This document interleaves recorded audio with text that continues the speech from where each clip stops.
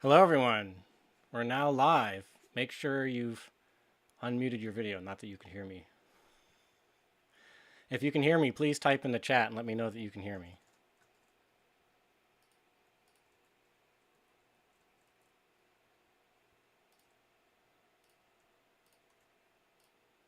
We'll get going in a few minutes here. I just want to make sure that the audio and everything's working. Audrey hears me. Thank you, Audrey.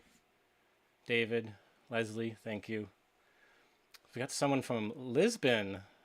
Must be in the middle of the night over there. Thank you for staying up late.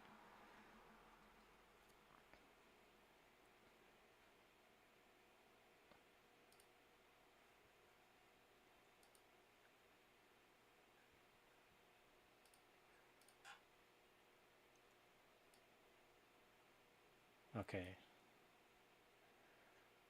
Thanks, folks. Oh, St. Andrews, New Brunswick. Excellent. That's just like across the road from me, practically across the bay. I'm here in Lubec, Maine, at the end of the easternmost town in the United States, home of the lighthouse that you see behind me, which is the West Quoddy Head Lighthouse. It's 7 p.m. here, and I'm glad to see. Hey, we got some guys in the UK. It's midnight over there. It's midnight, probably a little later in Portugal. New Zealand and Australia, excellent. It must be in the morning there, like 7, 8, 9 o'clock, something like that. So thank you for joining, guys. Glad to have you here. You can all see I got my Milky Way T-shirt on, even just for the for the show here. So we'll give a few minutes for people to join. It's not quite 7, go time quite yet here, so. We'll just wait a few minutes, make sure everyone who wants to join can show up. Oh, excellent. Western BC. Vancouver Island. Heard many good things about Vancouver Island.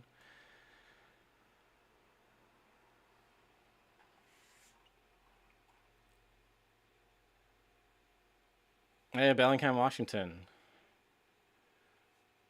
So we've got East Coast, or one of the easternmost town and like the almost westernmost town covered in the United States. Excellent. Just a few more minutes here before we probably get digging into this.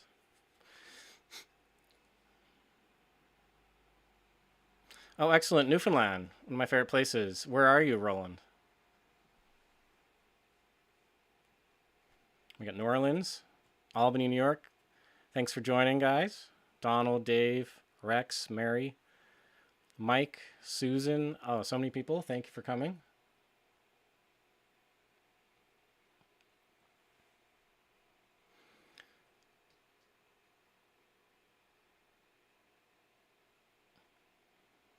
Hopefully that blue arrow is pointing to the roughly to where the unmute button was for people.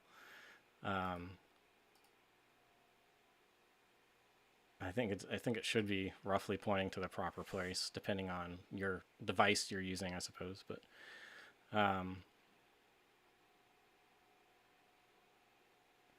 okay, we're up to 49 folks. Asheville, North Carolina. I've been to Asheville twice, I think. Oh, Kippens. Oh my God, Roland. I've been to Stephenville a whole bunch of times recently.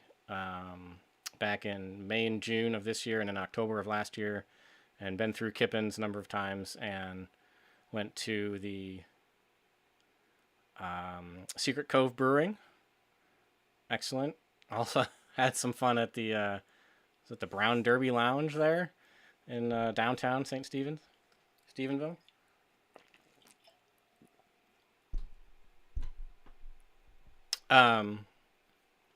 Roland's asking why was I. So I love it in Newfoundland for the scenery up there.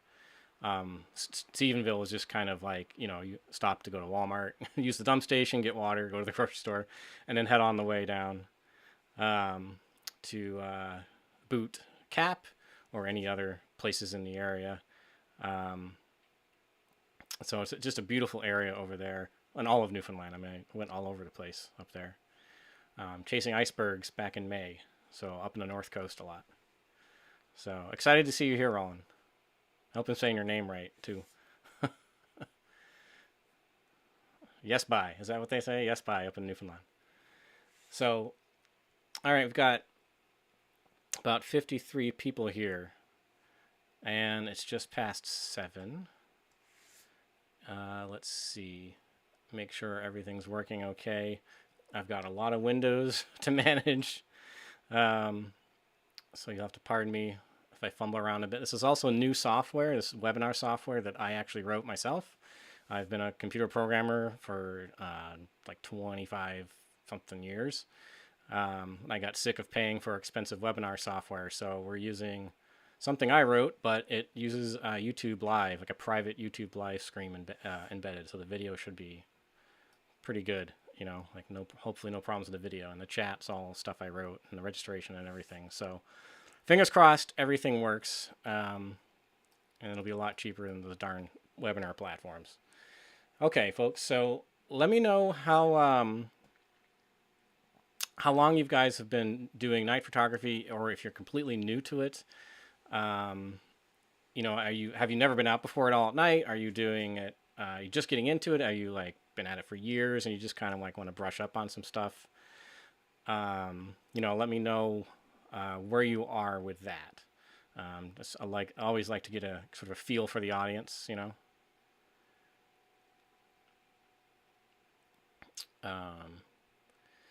And there is going to be a delay between like me asking a question and an answer from you folks because of the delay with the streaming. I've tried using like the ultra low latency with YouTube Live, but then it ends up, I think the video quality is kind of not great.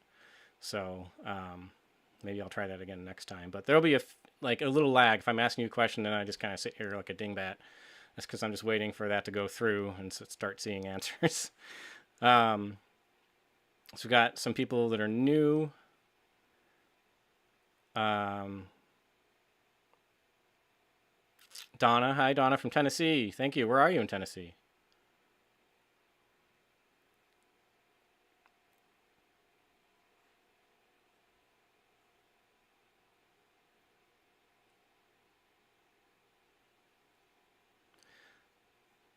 South Carolina. Dabbled for many years. Started just Astro. Okay, cool, guys.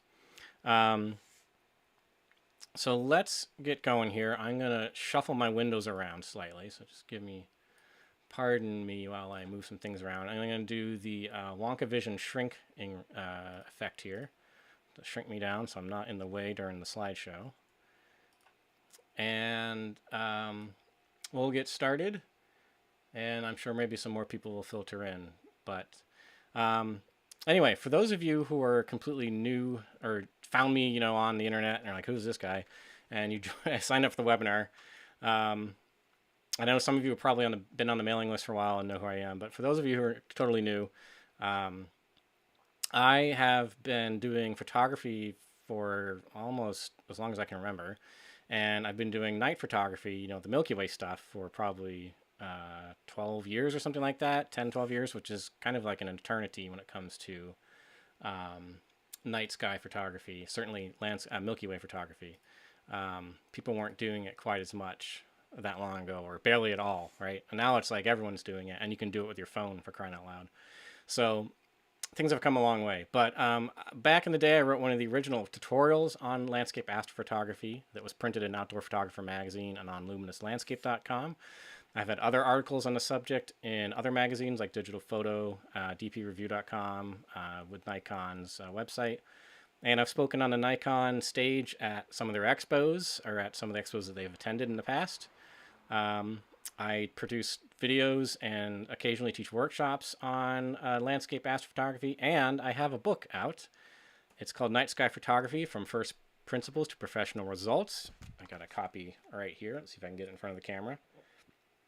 Let me know in the chat if you have that book. I'm always curious to know if anyone has the book, if they enjoy it, if they hate it. But it came out like a year and a half ago. It's available in originally just English, but now I believe it's available in French and German.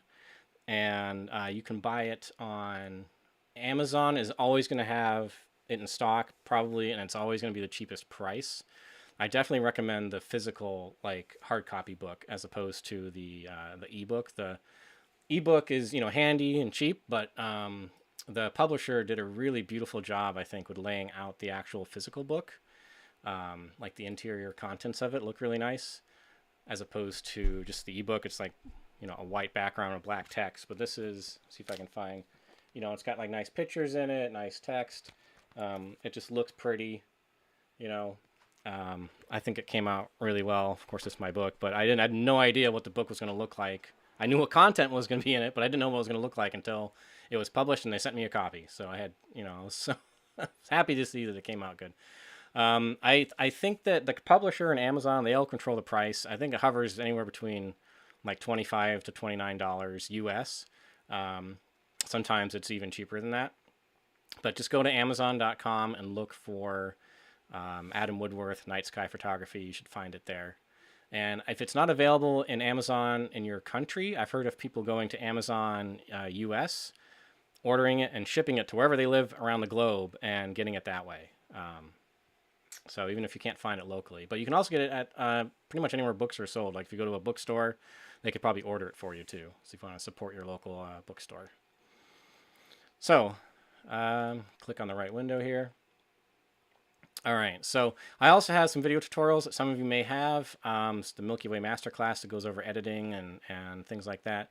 So maybe you know me from there. If you have those, hey, let me know in the chat. If you're an owner of those videos and if you like them or hate them, you know, let me know either way. So this webinar is going to focus on capturing pinpoint stars. You know, we're not talking about star trails.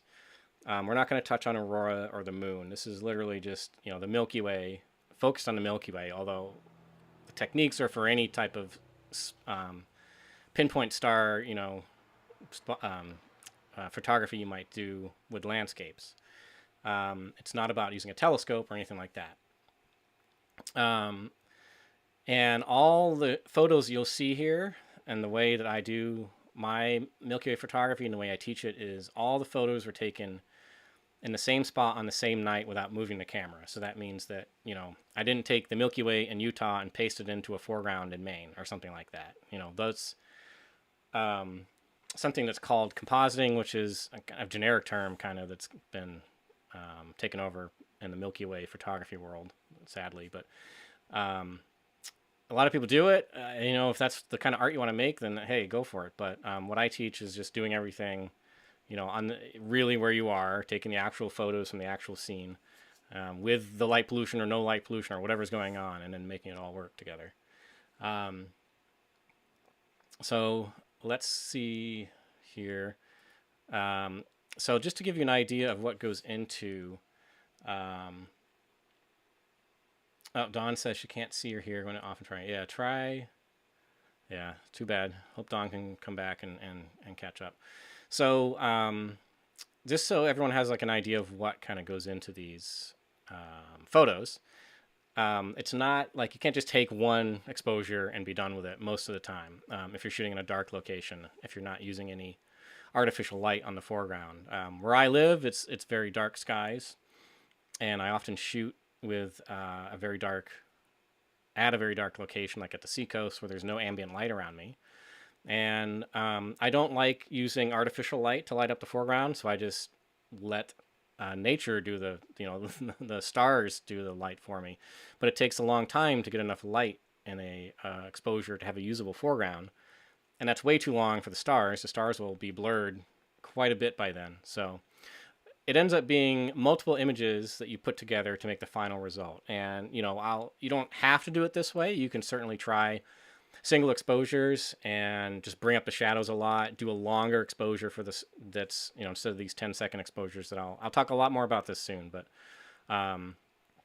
anyway, you can just get an idea of what goes into this. This example shot has the sky is a 10-second shot, ISO 6400. ISO isn't super important right now, but this is all shot on a Nikon Z7 with a 14 to 24 f2.8 lens, and all photos were taken at 14 millimeters and f2.8. The middle photo was 10 minutes, ISO 1600. And the photo on the right is just the actual combined edit of putting them all together, right? So we'll talk more about that as we go along. Now, you don't have to do the whole blending photos together. If you just want to go out and take a single shot, you can try doing it. It's going to whether or not it works will depend on how much light there is on the foreground wherever you are. This is an example where I was shooting with there's actually a street light behind me, maybe 100 yards or something like that, shining over the trees, because I was actually beyond some trees, but it was shining up over the bushes and trees, lighting up the beach here just a little bit. Like, I couldn't really see much, but it was like just enough light that it helped the scene with the camera could capture that light and get not just a completely pitch black background in 20 seconds. So this is a single shot, 14 millimeters, f2.8, 20 seconds, ISO 3200. And that right there, like, if you're just starting out and getting started and all you want to do is just capture the Milky Way and not have to worry about all the details, you can just try that, the 20 to 30 seconds at a really wide focal length, ISO 3200 or higher, you'll be pretty good there just to start out with, right? So let's move along here. This is, oh, by the way, so this is a single exposure. There's no exposure blending here. There's not a separate foreground exposure. It probably looks okay on like the webinar stream. Like, you probably can't really tell that there's a lot of noise or something in the foreground or it's out of focus. But if I go to a kind of zoomed in view of the corner, you can see that the buoy is definitely out of focus a bit there. It's soft, noisy. There's a lot of color noise. I still don't know if that's coming across in the webinar stream, but it's there. So anyway, we can do better. We can take, separate exposures and blend them together. But if you're just starting out and it's going to get too complicated for you, you can certainly start with just this. And just to give you an idea of how much difference there is between the raw file and the edited file in this case, the raw file on the left, that's what it looks like straight out of camera in Lightroom. And on the right is just after some quick edits, bringing up the exposure and shadows, saturation, color balance, stuff like that. So that gives you an idea of how dark these images are to begin with.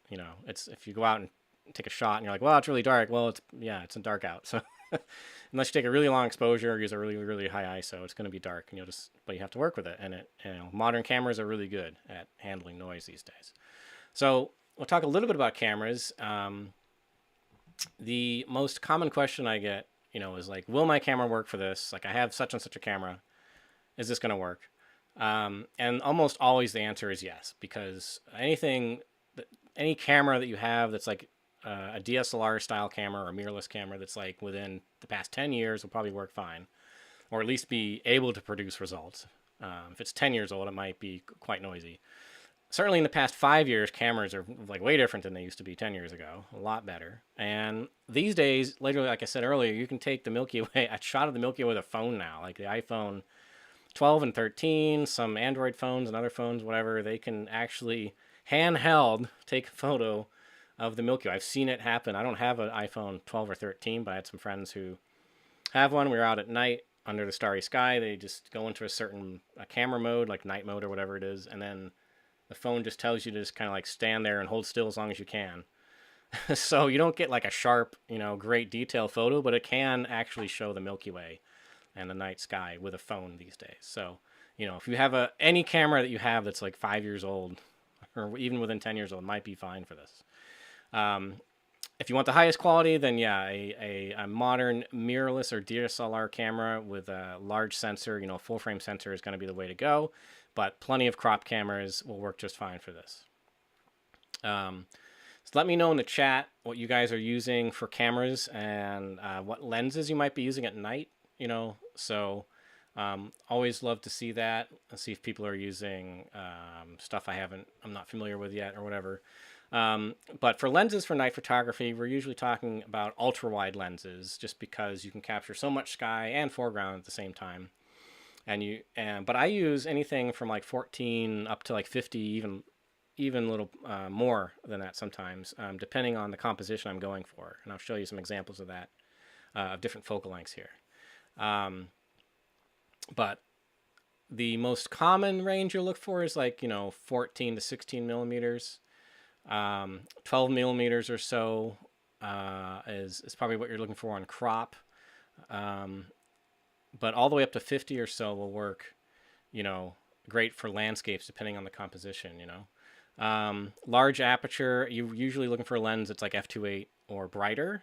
But just because a lens is like f1.4 or 1.8 doesn't mean it's going to be really good for the stars in terms of the quality of the spots of light that are the stars. Really fast lenses often have chromatic or other aberration problems that cause the stars to kind of be really weird looking. So just be aware of that, the latest, hottest lens, it's like a new f1.4 wide angle lens. It may not have the greatest stars, but it depends on what you're doing. If you're just posting to Instagram or making small prints, you probably won't notice.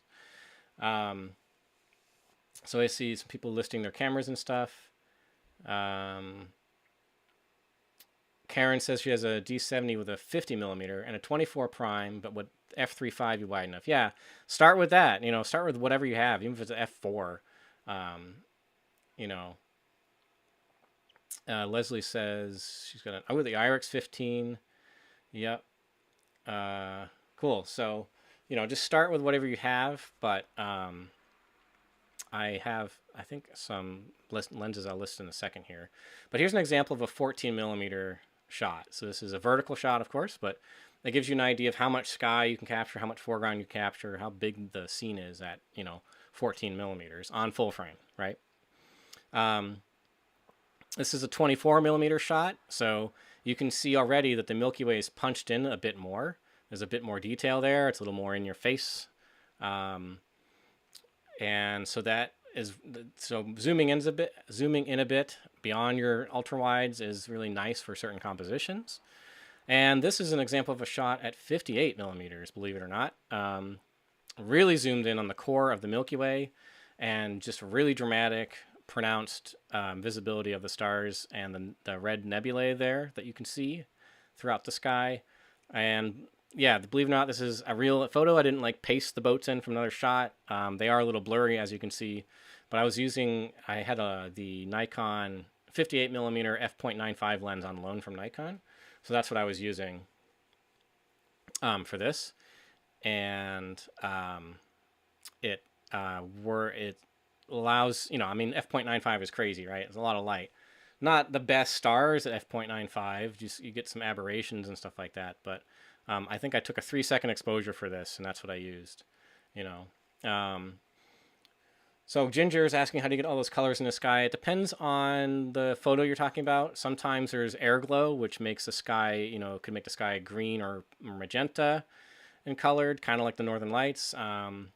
There's also the nebulas that you can see in this particular image that are pink, that just through editing and the fact that the camera is capturing these colors, it's not like a whole lot of special processing but you may have to, bring them out in editing and enhance them, but the colors are there. If people don't know what air glow is, it's kind of like the aurora, but it can be visible anywhere over the globe. So the photo back here that has a little bit of green on the bottom of the screen there, on the bottom of the horizon. I don't know if you can see that too well, but that little bit of green there is air glow. And sometimes it's so thick that it's covers the whole sky, and your whole image will be green, and you'll be like, oh my God, what the hell's going on? Is something wrong with my camera? No, it's just air glow, and it can be pretty crazy strong some nights. All right, so on full frame cameras, for lenses, here's a few examples. There's always more lenses coming out, and there's lenses I have on here that are popular that I don't list on here because I've maybe tested some and been like, they aren't that great for stars. But anything in the 14 to 50 f2.8 or better range on Nikon and Sigma both make a 14 to 24 f2.8 zoom lens. That's very good from both companies. Canon and Sony both make a 16 to 35 f2.8 zoom. Tamron has a 15 to 30 f2.8 zoom. And the most affordable one of the bunch is probably the Rokinon 14 f2.8. That's usually just a few $100, probably even cheaper used. Very good lens for its price. It's amazing how well it works for the stars for the low price it has. So it's a very popular lens and very budget friendly. On crop, you're probably looking at like Tokina's got the 11 to 16 and 11 to 22/8 lenses. There's some 10 and 12 millimeters from Rokinon. And honestly, I'm not too familiar with all the other crop cameras and equipment, so I don't really know the latest deal there. But it's hard to keep up with all this equipment. So you know the parameters of the lenses that you might be looking for. So it's easy to go Google and find out like best lenses for Milky Way for my camera, whatever your camera happens to be or whatever. So I'm just checking in here with the chat. We have someone from Portugal already here, and several lenses. Oh, they got a telescope too. Excellent, excellent, excellent. Eva is asking, why does the lens have to be low aperture? So the wider the aperture, the more light will come in. So that's generally good when you're shooting in the dark and you want to capture as much light as possible. On some lenses, though, when they're open really wide, their aperture's open really wide, the stars will get distorted, and it can be a problem depending on how bad it is. So that's why I kind of like asterisk on the super ultra wide lenses. Like, make sure you test them and know what you're getting into. There's a Sigma makes a 14 millimeter f2.8 art lens that you would sound, or f1.8, I'm sorry, art lens that you think would be amazing because it's their high level art grade, but the stars are pretty terrible at f1.8. I find you have to go, if you want them to be pretty good, you probably have to go down to f2.8 just to get the stars to like stop being all distorted and weird in the corners. But you could probably shoot a little lower than that and still be okay. But they're pretty flary. Like in the corners, they have a lot of astigmatism and other distortions that cause, and coma distortion that cause them to look weird. I don't have any examples here, but there are examples in the book. If anyone has the book, you can look to the lenses section, and there's examples in there. All right, so also important but often overlooked, a strong and sturdy tripod. If you have thousands of dollars of camera equipment, I always say don't put it on a cheap pair of sticks. You want a good pair of sticks, something that's easy to use, strong, and won't fall over if you happen to tap it by accident in the night. Also, an intervalometer or bulb release of some sort might be needed for doing very long exposures. It's going to depend on your camera. Some cameras have very few, but some cameras have the ability to take a shot, to program it to take an exposure longer than 30 seconds. Many cameras don't, for whatever reason, don't have the ability to go longer than 30 seconds without using an external device like a bulb release or intervalometer. They're also really handy for doing like interval shots, just doing a bunch of shots in a row. Like we'll talk about this soon, but star stacking, where you're taking a whole bunch of shots one after another, it's really handy to have an intervalometer set up just to do exactly what you need it to do. And then some cameras have the intervalometer built in. That's actually more common now. I know a lot of the Nikons and Canons do. And a lot of Canons actually have the ability to go longer than 30 seconds. And the Nikon Z7 II, Z6 II, and probably the new Z9, I think I'll have the ability to go longer than 30 seconds. Up with certain intervals, up to like 15 minutes or 30 minutes or something like that. So check your camera, see what it has for that kind of stuff. And some safety equipment, always good to have a headlamp with a red LED mode and other flashlights. For safety, always have your headlamp on when you're walking around. And then when you get to your spot and you're ready to set up, if there's no one else around, you can probably keep your white light on. But if you turn over to red, your night vision will be able to come back. You'll be able to see the sky better. And if you ever have to go look in your camera bag, use the red lamp instead of the white lamp. Like if you have to adjust camera settings or something like that, just use your red lamp as much as you possibly can. If you've ever seen people around a telescope and there's red lights everywhere, it's because that will help save your night vision, and it's not as jarring to turn on a red lamp as it is like a white lamp in the middle of the night when your eyes have been adjusted to the darkness. All right, so another piece of equipment that's probably the most important piece of equipment beyond a tripod and a camera and a lens that's always overlooked is some form of a lens heater. Depending on where you're shooting, how much more, what the weather is like where you're shooting, you may need some sort of device to keep the dew off your lens. And that may be like you can use chemical like lens heaters that you maybe rubber band around the lens. I like little hotties, or hand warmers that you put in your pockets when you're skiing or something like that. I don't like using those because I've never got them to work reliably, and they're kind of a pain in the butt. So I use an electric lens heater. You can buy them on Amazon. This Move Shoot Move brand on the left there is the one I use now. Move Shoot Move is a company that's well known for making like tripod heads and stuff like that that have that can move your camera and control it, take time lapse videos and stuff like that. So they make a lens heater that's probably just a rebadged version of something else, but they're all pretty cheap, and they run off a USB battery pack. I just get like an Anker 10,000 milliamp battery pack, and that'll last 4 to 5 hours usually.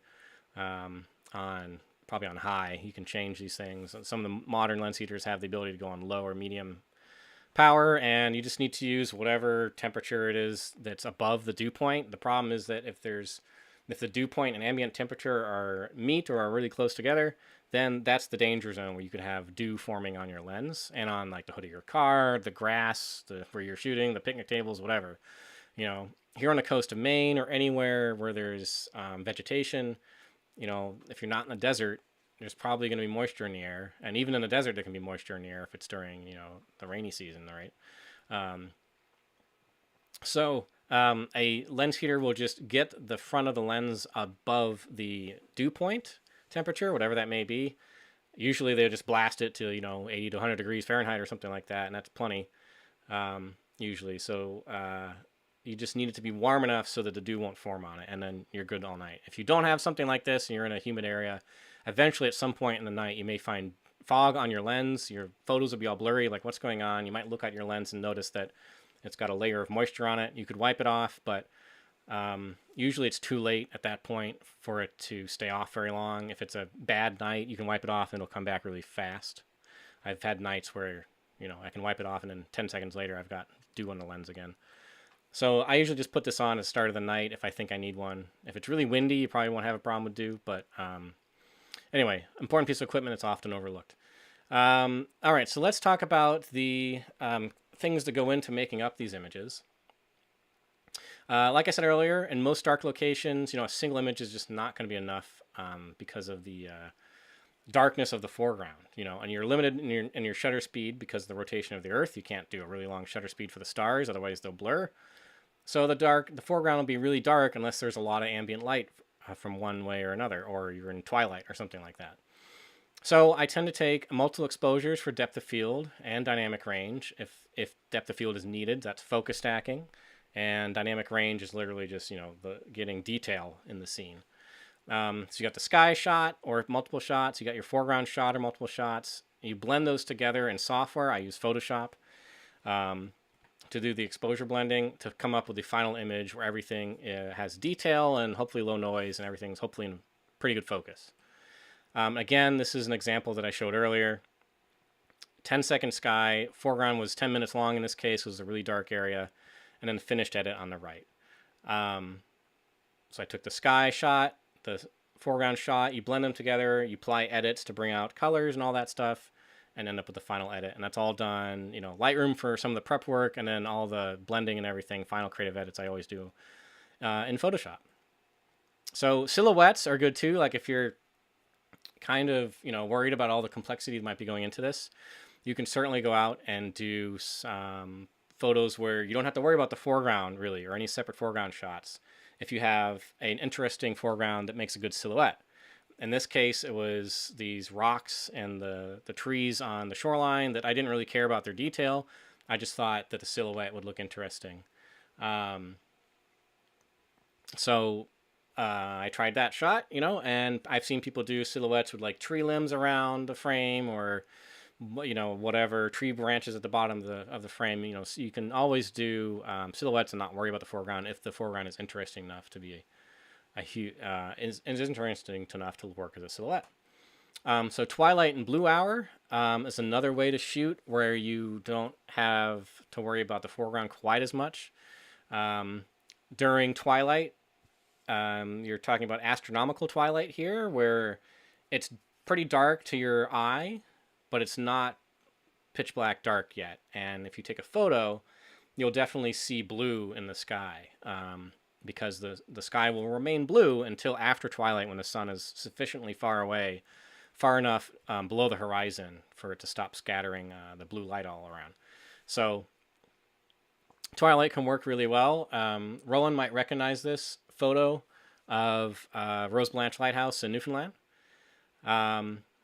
This is another twilight photo of a sunflower field, and it was really nice to shoot here at twilight for a few reasons. It was easier to get light in the foreground by shooting earlier in twilight, where I didn't have to take, foreground exposures that were like 10, 20 minutes long. I could just do probably a minute or two or something like that.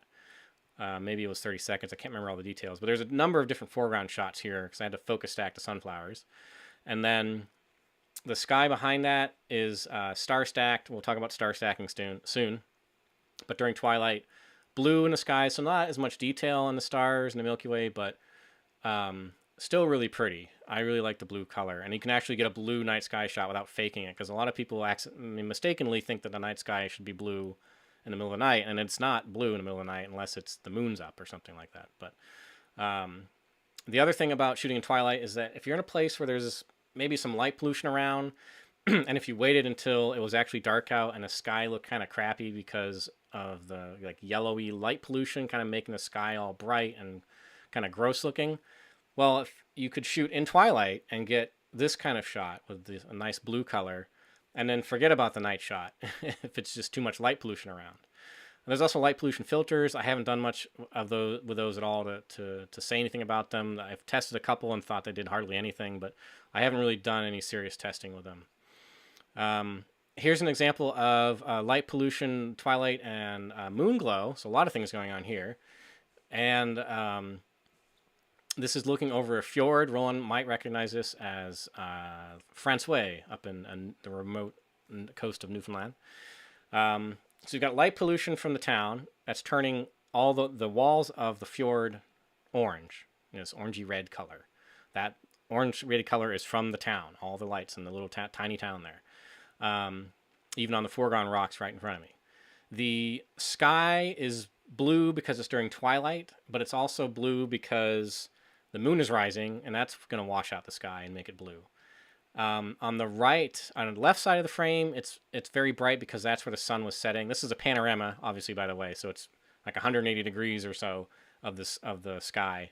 So it's hard to comprehend that, but it's you're seeing like half the sky in one picture. And on the right, it's bright because the moon is actually rising behind the fjord wall there. You can't see the moon itself, but it is rising above the horizon there, and that's why that side of the frame is kind of this bright orange yellow color.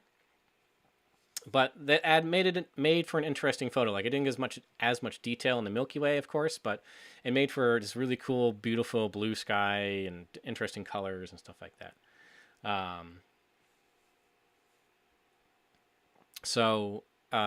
Let's see. Believe it or not, you can actually take a photo of the Milky Way with a drone. I did this the other night with my DJI Mini 3. It's really stunning how far drones have even come. You'd think something spinning in the air like props wouldn't be able to stay still for a couple seconds, but amazingly, this is a star stack of a bunch of exposures, but a single exposure looked pretty close to what this is. It's just by star stacking, there's a lot less noise, and I'll get into more details with that later, or very soon. But yeah, believe it or not, you can do it with a drone. It helps to do it in twilight when there's still a lot of light in the sky. If you wait until it's too dark, you're probably not going to be able to take a long enough exposure. Depending on the drone, if your drone has really long shutter speeds, my Mini 3 only goes to 2 seconds. So if it's too dark, there's just not enough light to even do anything with. Let's see. Catch up a little bit on questions. We'll talk about white balance in a little bit. I would just use the same white balance for all your photos that you're taking at night, and just keep it the same. Eva is saying, is the picture of the fjord a composite? No, it's all, it's a panorama of a bunch of different photos, vertical shots stitched together like you would do for a normal panorama, but it's not a composite. I don't know, there may have been another row of panorama done for the foreground where I would take maybe a longer exposure and blend that in a bit. I can't remember if I did that with this one, but it's not a composite in term. It may be a composite in terms of like focus exposure blending or whatever, but not much for that one. But it's not a composite in terms of like I faked the sky and pulled the sky from somewhere else. Here's another example of a single shot. I mentioned this earlier. You know, if you just want to go out and take a single shot, if there's enough ambient light where you are, it might work just fine. This is a 20-second shot. Or no, this is 10 seconds actually. ISO 3200, f2.8, 14 millimeters, Nikon Z6. There was enough light from a camp light, like a porch light on a camp, like about a mile away or half a mile away or something like that, on the other side of the lake, or the bay. We're actually at a bay on the ocean here. And it was dark to my eye, but there was just enough light that in 10 to 30 seconds it captures enough light for the foreground to be usable if you just bring it up in in Lightroom or Photoshop. Just bring up the details, and then you work with the sky and everything to get that to look good. And it's not right out of camera. It looks like this. Obviously, you have to work on it. So let's talk about the sky exposures. You're obviously, like I said, limited in shutter speed by the rotation of the Earth. You've only got 10 to 30 seconds, depending on your focal length. Even at 14 millimeters, like 30 seconds is actually kind of long. You start to get noticeable star trails that would show up even in medium-sized prints. But if you're just shooting and posting on Instagram or making teeny tiny photos, doesn't really, it might not matter. Catching up on a question here. Yeah, so Eva, that's compositing is what you say, where you're just any two photos blended together, whether they're from the same spot or not, is compositing. But if you go on to like Milky Way, things on Facebook, whatever, and people say that it's a composite, it often means that they took the sky from one place and the foreground from another. I don't know why they decided to just generically call it a composite, but it is. So most of the photos you'll see here that I do are exposure blends, which is a composite of sorts. Like I said, like I showed earlier with the photo with the sky shot and then the foreground shot, that was like 10 minutes, something like that. Okay, so star stacking. Sorry, got ahead of myself there. So you may have heard this rule called the 500 rule, where you take the focal length and divide it into the number 500 to get roughly what your shutter speed could be for the stars. But that rule is really outdated. And it would work okay for like really small prints and stuff like that, but you'll end up with like ridiculously long star trails if you follow that rule. So I would just say, take test shots and see how you like them. But generally speaking, 10 to 30 seconds is probably the ballpark you're going to be in, depending on your focal length. And if you want to get really precise, you can use something called the NPF rule, which is takes into account the rotation of the Earth, your latitude, the size of your camera's sensor pixels, and comes up with the ideal focal shutter speed where a star wouldn't move beyond like 1 pixel or something like that within a certain amount of time. I usually find that whatever number that comes up with, you can go a little bit longer than that, but I'll show, I think, an example of that in a bit. So there's this thing called star stacking. Now, when you take a single exposure of the sky, and even if it's 20 or 30 seconds, I mean, that's still not a lot when it's really dark out, if you're in a dark area. You're still going to have noise in the sky, and if you're shooting long enough that you get star trails, those can be kind of annoying, depending on what you're doing with your photos. So there's this technique called star stacking, which is basically a way to get the best of both worlds. You can get pinpoint stars and really low noise sky images. It's kind of like you used a star tracker, but you didn't have to set up a star tracker. Very similar results.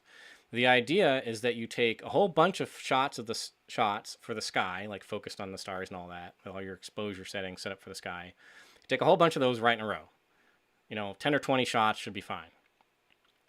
And then you bring them into software and you stack them. And the software will align up all the stars together for each image so that when it overlaps them, it's not going to blur the stars. And then averages them all together. and you get a result that is a very low noise sky, or much lower noise than what you started with. And the benefit of, the stars are don't look like they're moving for the whole time. So you get like nice round stars and low noise. And that's star stacking. So when I say star stacking throughout this, that's what it is. And you'll see that everywhere. If you start looking at what people are doing for Milky Way stuff, star stacking is super common now. And it's just the best way to get low noise without having to set up a web tracker and deal with all the mess that comes with. On a Mac, you're going to use Starry Landscape Stacker, which is available in the App Store.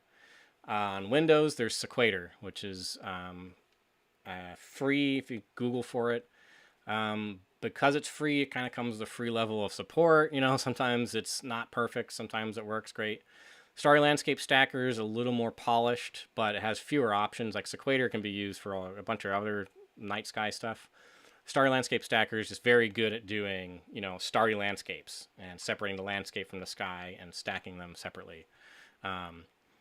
Photoshop, you can do it in Photoshop, but it's real tedious and doesn't always work well, so I don't recommend doing that. Use one of the dedicated programs that's designed to do this.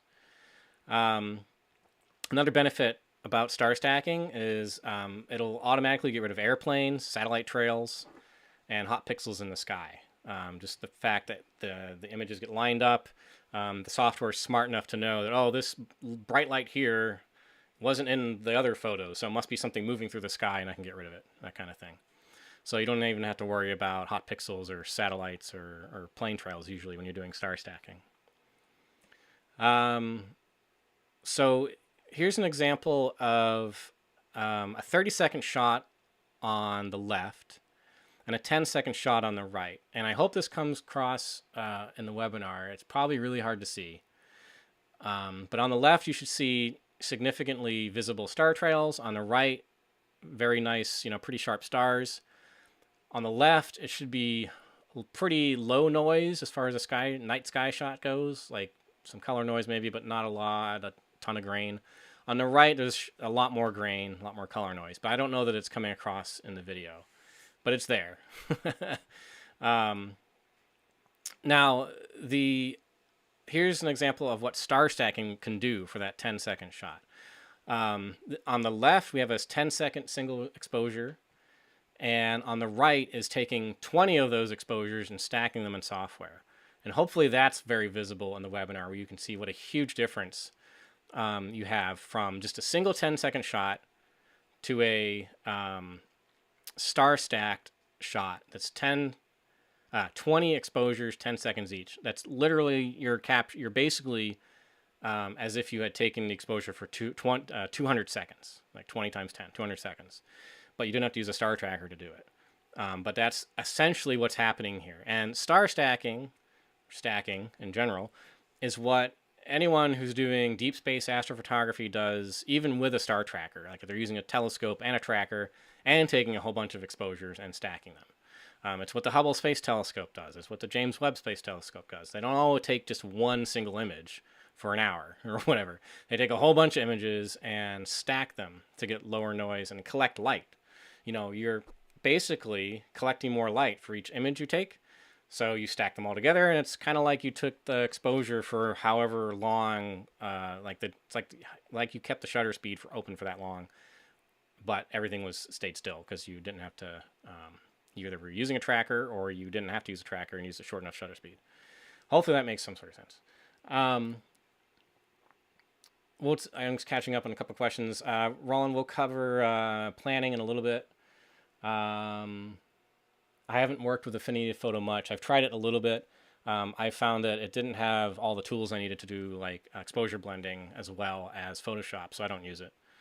Photoshop, for better or worse, is the 9 million pound gorilla that can do it all. And the Photoshop and Lightroom bundle is actually pretty cheap. It's only like $9 a month, and you get both. I mean, that's pretty good. So Eva is asking about star stacks. That's for doing like star trails, I think. I don't think that's for doing pinpoint star stuff. All right, so there is a tool in PhotoPills. Some of you probably are familiar with PhotoPills. It's an app that can run on your phone or your tablet. and it has a whole bunch of tools within it. One of the tools is a spot stars tool. Within that tool, you pick your camera, your focal length, your aperture. It doesn't really matter for this most of the time. And there's a couple other settings. You can set the third from the left setting to 0. That's has to do with the, I think, the declination, or the how high you're looking above the equator or something like that. Just put it at 0 will be the most accurate. And the rightmost one, you want to set that to accurate to get the best reading. What this does, you do all this, type in the numbers, and the NPF rule is the rule you can use for your shutter speed to get pinpoint stars. But what I do usually is then go, okay, well, it's 8 seconds basically, because I can't do 7.73 seconds. I can do 8 seconds. But I round that up to 10 and like test it on your camera. Like see what the app tells you, go out, take some shots, zoom in on the test shots, see how the stars look. Do they look reasonably good at 10 seconds that you could push it a little longer and capture 2 seconds more light per exposure? You know, or maybe you want to have the stars be as perfectly pinpoint as possible. And, you know, all this stuff that we do to try to get pinpoint stars, the wide angle lenses that we often use are going to distort the stars anyway in the corners. They're going to be hardly ever be like pinpoints in the corners on ultra wide lenses. Even when you have a really good lens, they'll be stretched out a little bit sometimes. Not always, but you know, don't worry about it too much if you have some stars that are like kind of flaring and looking weird. Like, you know, it's not a huge deal. But if every single star looks like it's a bird flying through the air with its wings out, like then you've got a problem. So a star tracker, we'll just mention this really quickly because they're becoming very common and very popular because they've become so much smaller, lighter, and cheaper, you know, more affordable. They allow you to, you basically put it on top of your tripod, you put the camera on top of the star tracker, you set it up such that the camera will then track the sky as the Earth rotates. And the idea is that you can take a very long exposure, like minutes in length. Oh my God, the cats are running around making crazy noises and stuff. But you can take a very long exposure, like minutes in length, and hopefully you'll get some. And the end result is you get a single image with very low noise and pinpoint stars if everything worked out right and it didn't move. So that's the benefit of that. But you know, the problem is that your foreground's going to move during that. If you're doing any foreground photography, like these landscape images that I do, your foreground's going to blur. So you'll need to take another foreground photo, which you probably are going to do anyway, but it's going to be harder to blend them together because you have a blurred foreground, you have to blend with a non-blurred foreground. They have to polar align them, or at least come very close to that, you know. So if you have to polar align, you have to be able to see the North Star, and half the time the North Star is back behind trees. I can't see it. You can get around that with a phone app that can kind of guide you roughly to what you need to do for like the wide angle lenses. It doesn't have to be perfect.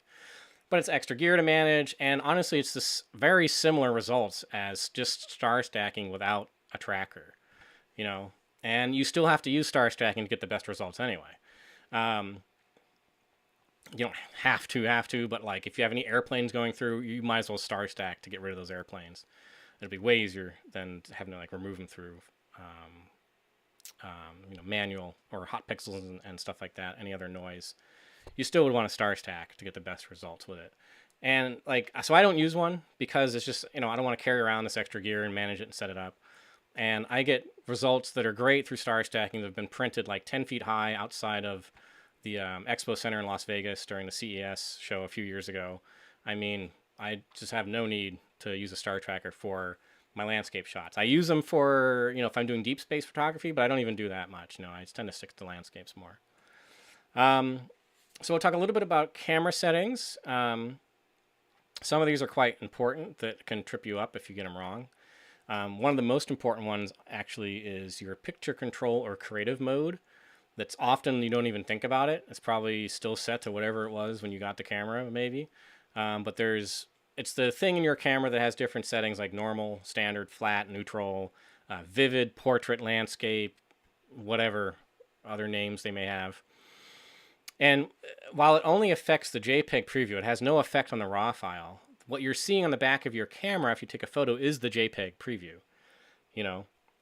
And it'll affect any JPEGs that you may take if you're shooting JPEG for some reason, but you want to be shooting RAW. But what you're seeing on the back of the camera is a JPEG preview of the RAW file. And that JPEG preview has been rendered through whatever settings you have turned on that would affect JPEGs in your camera, including the picture control. So if your picture control is set to like landscape or vivid, it's going to add a contrast curve to it that's going to make it harder to see detail in the foreground. So you want to set it to probably normal, standard, flat, or neutral, something like that. So it's not adding so much contrast to your JPEG preview, so you can see the foreground much more easily. In fact, if you have flat or neutral, that might be the best option to use. I've had people in workshops where we go out, they take a 10-minute exposure, and then they look at their preview in the back of the camera like, what the heck happened? It's 10 minutes, but I don't see any detail in the foreground. And then I say, let's check your picture control or creative mode, whatever it's called in that camera. And we say, oh, it's set to like landscape or something like that. So we set it to flat or neutral or standard or something or other. And take the same exposure again, same settings, everything's identical, the lights haven't changed, and then suddenly they can see a lot more detail in the image. And it's not that the raw files are any different, really. They capture the same amount of light. It's just that the JPEG preview had a really high contrast curve applied to it, so you couldn't see any detail in the foreground. So that's one of those things that trips people up, and like no one talks about it. So it's important to know if you're out doing this and you're relying on your JPEG preview. It's one of those important settings. Obviously, you want to shoot raw. Turn off autofocus so you don't accidentally focus on something or hit the autofocus button by accident and screw up your focus while you're trying to take photos. And you can disable high ISO noise reduction. That's a JPEG only feature on cameras, despite the confusing menus and the fact that they don't make it clear on a lot of these things. High ISO noise reduction, at least on all the cameras that I know, it's possible it's not true in some, is only for JPEGs and it won't affect your RAW file. If you have it on, then you're going to see, it'll smooth out the noise in your JPEG files, but it might be harder to tell what you're actually getting. Like I want to try to see as close as possible to the RAW file that I'm getting as much as I can on the back of the camera when I'm just viewing a JPEG preview. So I want all the other stuff turned off as much as possible so I can see as close as what I can to the RAW file. Remember to turn down your monitor brightness when you're out. It's especially true when you're out with other people and you're previewing your photos in the back of your camera and it's like just blinding light for everyone. It even hurts your own vision. So just, turn it down, rely on your histogram a little bit more. And if you have a mirrorless camera, you can use the viewfinder, electronic viewfinder, kind of like a loop. It's like really nice to have that. I use it all the time. I just put my eye up to the viewfinder and I use that more than I use the back of the screen these days. White balance, like I mentioned earlier, I just stick it on daylight usually and just leave it there. And it doesn't really matter what it is because it's metadata. It only affects the JPEG preview and the default rendering colors that you see in your RAW editor, like Lightroom or whatever. You can fix the white balance and color balance, whatever, to whatever you want it to be later in your RAW editor, as long as you're shooting RAW. So it doesn't really matter what the white balance is, but I just put it in daylight and leave it there for night photography. I just find that works the easiest. Okay, there's another setting in a lot of cameras called long exposure noise reduction. It's usually what it's called. This is, technically, it is dark frame subtraction, and it reduces hot pixels. What it does is when this setting is on, the camera will take another exposure with all the exact same settings except with the shutter closed. So it's not capturing any light, it's only capturing the electronic noise in the sensor. And what it does is it takes the original exposure that it took with the shutter open, and it takes the dark frame when I had the shutter closed, and it kind of looks for the hot pixels in that dark frame, and then it gets rid of them as best it can from the original RAW file. So it's like an automatic way to get rid of most hot pixels, and it depends on your camera and how well it'll actually work. The problem is that obviously that makes your exposure take twice as long. And when you're doing the star stacking technique that I mentioned earlier, you don't even need it because the star stacking technique itself will get rid of the hot pixels. So it's not even worth it turning it on for star stacking. It'll just make that take twice as long. But I do often turn it on when I'm taking my foreground shot, which might be anywhere from a minute to 10 minutes or something like that. Which means the foreground shot might take another minute to 10 minutes. So, it's going to be double the shutter speed. But generally speaking, if I don't have anywhere else to be and it's okay, I'll just do that, and it'll save me a lot of time. But if I'm in a hurry and I got to move to either change compositions for another shot, or the tide's coming in and I'm going to be underwater, or I'm too cold and I want to leave or whatever, I might turn long exposure noise reduction off and move on to the next shot. And then in software, in the computer later, I'll deal with the hot pixels. It's kind of a pain, but you can deal with it in Photoshop using some techniques that make it a little easier. And Capture One, which is another raw editor, has a really awesome hot pixel removal slider that works amazingly well that I wish was in Lightroom. And I actually use Capture One just for that. Like, I don't use it for much else. I just bring a photo into it when I need it. That stuff I'm talking about, is all taught in the video tutorials. But that's stuff that can make it easier with if you don't want to deal with long exposure noise reduction, depending on your scenario. So for focusing, okay, so you're out in the middle of the night, it's dark. How do you focus on a star? You're going to use live view and a high ISO at the widest aperture to get this, and then you're going to try to get the stars to be small and sharp by looking at live view. So on your camera, you're literally just going to crank the ISO all the way up, open the aperture all the way up, and try to find a star, hopefully somewhere in the middle of your lens, because if you focus on a star on the edge of the lens, it may not be the same focus at the middle of the lens. You want to focus in the middle of the lens as much as you can, somewhere in there. And then you try to get it small and sharp. And you take a test shot, see if you got it right. Again, make sure autofocus is turned off for this. Now, some cameras have settings that help you with this. Some cameras actually have the ability to focus on a star. I think some mirrorless cameras like the Olympus or a Panasonic maybe has the ability to actually focus on a pinpoint light source, but most cameras don't. So you can use a Batinov mask. Actually, I'm going to talk about that in a second. So what you want to do is it'll look something like this if you're in live view mode. This is a little picture from the book here. The image on the right, on the left there, that's roughly what you want your star to look like in live view, if you can get it there. On the right is what an out of focus star might look like, where it's kind of blurry and a little funny looking. What you want to do is start with your focus ring at infinity or near it anyway. If your focus ring is way out of infinity, like if it's close focused, the stars will be so out of focus you'll never find one in the sky to begin with. So you have to start with your focus ring at infinity or in that area, and find a star, and then finally fine-tune the focus on it. On some Nikon cameras, like the Z6, Z7, and the newer ones, there's this trick where you can use video mode, which sounds kind of funny, but you actually put the camera into video mode, movie mode, instead of photo mode. Use the highest ISO and the longer shutter speed you've got, and it actually gives you a better video preview of the scene than photo mode for whatever reason.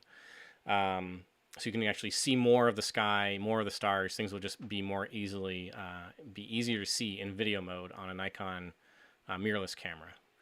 So that's a little trick there. You can also use something called a Batinov mask, which is a thing you put in front of your lens, and it makes any pinpoint sources of light diffract.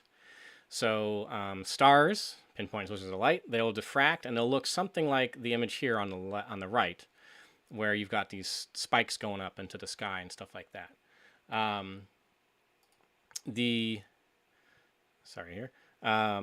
When it's out of focus, those spikes, the fraction pattern, they won't line up, and then you just keep changing the focus until they line up. And again, you're doing that with live view, and you're taking test shots. This is like a really magnified version of it, so it's going to be harder to see on a real wide-angle lens. But if you're having trouble, you can always try this. I've been doing it so long, I don't use a Batinov mask, but it can be very helpful on some lenses where it's tricky to get perfect focus, especially on really fast lenses like f1.4 or 1.8, where the perfect focus is like really hard to find because the depth of field is just so much more shallow. But if you're interested in this crazy thing, there is a coupon code here that you can type into the website, focusonstars.com, to get a discount there. There are other ones that are available that are much cheaper, that are just plastic, but they don't work very well on wide-angle lenses. That's why this glass one, this etched glass, will work well on a wide-angle lens. But, it's an expensive piece of glass, and start without one, I would say. And if you really continue to have trouble, then maybe look into them. So that's focusing for the stars. But what about the foreground? What if you need a separate exposure for your foreground because it's so dark that your star stack shots that are only like 10 seconds long, they're just not much detail in the foreground because there's not enough light reflected off the foreground to capture much detail. So that's when you need a separate foreground shot, and you gotta make sure the focus is good there too, except what you want to do is take at least one photo of the foreground without changing the focus from the stars. You want to keep the focus on the stars for at least one photo of the foreground. This will make exposure blending so much easier. You'll be able to blend the horizon of your long exposure of the foreground with the horizon of your sky shots so much more easily if they're focused on the same point. Anything in the distance on a very light angle lens, when you focus on the stars, like the horizon is going to be in focus anyway, so you don't have to worry about that. So just keep it on there, and then only bring in focus if you really need to for a part of the foreground that might be out of focus or too soft. But always have at least one shot where you've got the focus the same as the stars for your foreground. And then you could focus stack, bring in the focus, take more exposures if you needed to, and then stack that all in Photoshop or whatever. So this lens exposure here, I don't know, it says focusing up there. It probably shouldn't say focusing, but foreground shot is what it should say. So this is foreground shot. Usually I'm using ISO 1600 or so. You could use 3200. If you use too high, so the thing is you want to capture enough light to get detail, but if you try to compensate for that by boosting the ISO, that's not going to do much. It's just going to make it brighter in camera, but you know, you need more light to actually get less noise on a higher ISO. So I usually use ISO 1600, maybe 3200 for the foreground because I'm usually taking an exposure that's very long, you know, minutes in length. The actual length of the exposure you need is going to depend on how dark it is where you are. I've done exposures anywhere from, you know, a minute, 30 seconds sometimes is all you need for the foreground if it's really bright, up to 10 minutes. I even have one that's like 20 minutes, but I probably wouldn't bother with 20 minutes these days. But if it's really dark where you are, then, you know, 5-10 minutes might be what you want. But go test, explore, see what works for you and your method, right? This example here, this is the 20-minute foreground exposure I was telling you guys about. It's a single shot for the sky, all in the same spot in the same night, of course. But this was before I knew about star stacking. So the sky is just a single 25-second exposure or something like that, 25 or 30. So it has more noise in it and more star trails than it could have if I had known about star stacking at the time. But it still prints very well, even large. And the foreground, I was having trouble with that because, you know, I'm staring into a gorge in the middle of the night and there's no light anywhere nearby and the moon isn't up and stuff like that. So the gorge is narrow and there's just hardly much light hitting it. So it's very, very dark. So I tried light painting, and this was years ago before I was normally doing very long exposures. And light painting looked awful because it would highlight the wet rocks and you'd have weird shadows cast and it just looked terrible. So eventually I just settled on doing a 20-minute exposure for the foreground. And these days I think I would probably be fine with 10 minutes. I don't know that there's sort of limited gains after a while. Like there's not a huge difference sometimes between a 10-minute and a 20-minute exposure. You have to like quadruple the exposure time to really even have the amount of noise. And that's kind of technical, but anyway. So anyway, just an example of a really long exposure. All right, so planning basics. Let's talk about where to see the Milky Way and that kind of stuff. So the Milky Way core is visible, you know, in the northern hemisphere. We're talking usually February through October, or part of November maybe. It's very early in the morning, early in the year, and visible for a very short amount of time. And then late in the year, it's visible very early in the night and for a very short amount of time. And it starts in the east and moves to the west throughout the year and throughout the night. Right. So early in the year, the Milky Way is out to the east in the northern hemisphere and comes westward throughout the year, and throughout the night it'll move westward as well. Excuse me. Here's an example of the Milky Way in February and September in the Northern Hemisphere. And you can see the difference in angle of the Milky Way too. In early part of the year here, in the Northern Hemisphere, it's very flat, almost horizontal in the sky. And as the year goes on, it gets more and more vertical. It stands up in the sky more and more, to the point where I think in August or late July, you're starting to see it like almost look vertical at some point in the night. And then it goes the other way. Like it'll start tilting the other way, but it won't be visible for long before the galactic core, the big bright spot that we like to photograph, kind of sinks below the horizon. Anyway, so that's an example of how it can look up here in the Northern Hemisphere. In the Southern Hemisphere, you've got the Milky Way core all year, except December and maybe a little bit in January. And this photo is not mine. This is from Yuri Beletsky, who is in Chile at the observatory there in the mountains. Blanking on the exact name right now, but he's an amazing photographer, and he gets to photograph in areas where there's like no light pollution and there's no moisture in the air. So he gets this incredible detail in the sky all the time. But he's an astronomer, so he knows all the technical details, and he knows all about space and everything. He's a very cool guy. And a great photographer as well. So he's down in the Southern Hemisphere. This is one of his photos. In the Southern Hemisphere, the Milky Way is like really high in the sky. At the core, anyway, it's like can be like straight overhead mid-year. It's like directly overhead. So you're going to get very different compositions with the core down in the Southern Hemisphere than you would in the Northern Hemisphere. And you have more time to photograph it. Like it's almost all year. Like I said, except for December and part of January. So to plan your shots, there's a number of planning tools these days, but PhotoPills is by far the most well-known, as far as I've ever seen. It is basically like the planning part of the app is basically like, you're looking at Google Maps or something like that, a 2D overview of the land. I usually use satellite view so I can see the actual physical landscape. It's basically like using that plus planning features on top of it that tell you where the sun's going to rise, where the moon's going to rise and set, where the Milky Way will be, that kind of thing. It's PhotoPills itself is an app for iOS and Android devices. It has the Milky Way planners available in a 2D map. There are very similar apps called the Photographer's Ephemeris and Planet Pro that are also available on phones. The Photographer's Ephemeris also has a website app available. I don't know if the Milky Way is in the website or not. It didn't used to be, maybe now.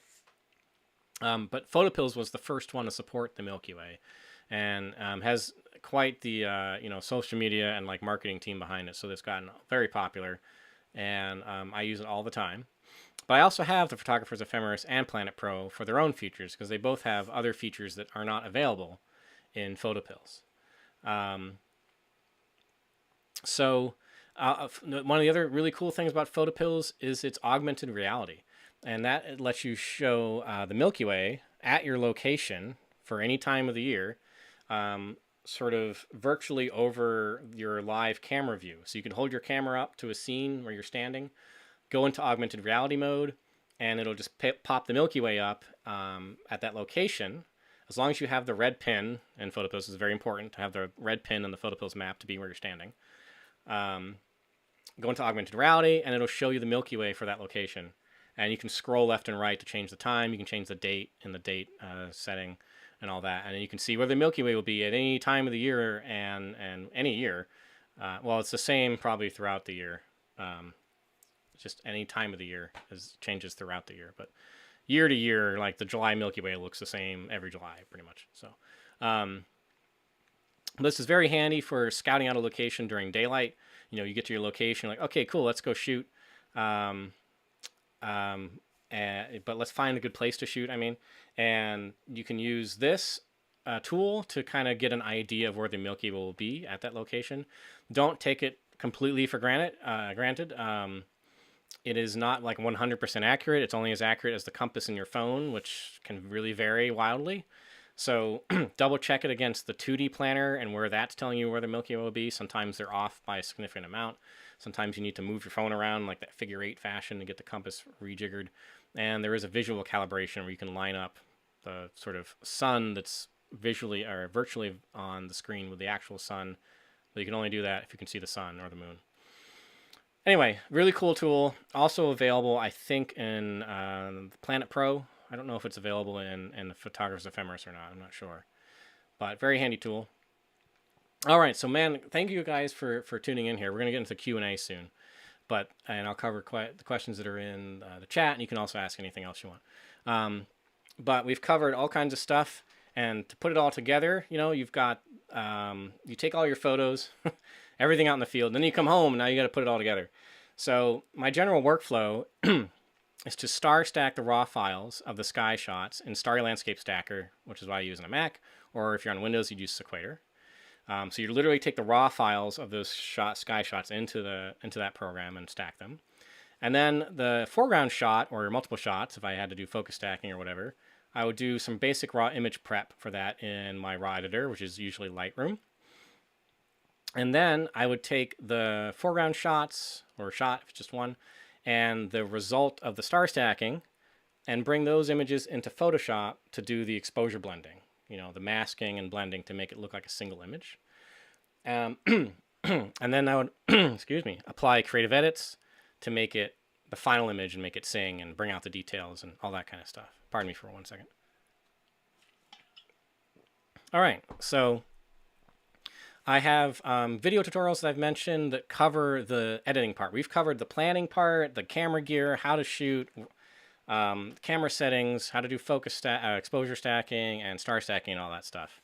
But it's too much to go into in a webinar to discuss all the details that go into, editing, which is a long process, or it can be, especially if you're new to it. I've been doing it so long, I can kind of whip through photos a little more easily now. But I do have video tutorials that are called the Milky Way Masterclass that cover my whole editing workflow from start to finish. There's 2 different modules in there. There's the editing workflow part, and there's a part that's dedicated to just different examples of exposure blending. But the editing workflow part is like the start to finish. Here's how you do a full image from all the prep work, star stacking, blending, various noise reduction techniques and things like that. The demo image is the one that's seen here on the left of the frame in that part of the class, and you get example files are included in the Milky Way class. You can load the files into Lightroom and Photoshop and whatnot, and do your own follow along with it kind of work. But that class covers star stacking and color balancing, like I said, and exposure blending, editing, various creative editing techniques to really bring out the Milky Way and make it pop. This is the example photo that's in there. You got the sky on the left, the foreground shot in the middle, and the final edit on the right, and you get the example photos in the download, and you get to walk through all the steps I did to make it look like the photo on the right there. Here's another example of a photo that was before and after, where I just go through some of the techniques to make the image really pop and sing and bring out the Milky Way. So that's the editing part, and then there's the exposure blending module, which is part of the masterclass that is just going over different types of exposure blending and masking techniques, and different examples where this technique works good here, but it doesn't work well here. So here's another technique. So all kinds of different techniques that you can put together into your arsenal to help you along, including a demo of focus stacking with a dedicated focus stacking program called Helicon Focus. Here's an example of one of the photos that you would walk through in that tutorial, where you've got the sky, and then the foreground below it is the much longer exposure, and then the final edit on the right there. So it walks you through, how to do those exposure blending techniques. Here's the focus stacking one, where you've got a bunch of photos of lupins, and I focus stack the field. So like part of the field is in focus, and another part of the field is in focus, etc. And then you run through a dedicated focus stacking program. Photoshop itself has gotten a lot better at focus stacking, but I sometimes still use Helicon Focus or Z-Reen Stacker, which are dedicated programs just for focus stacking and work really well.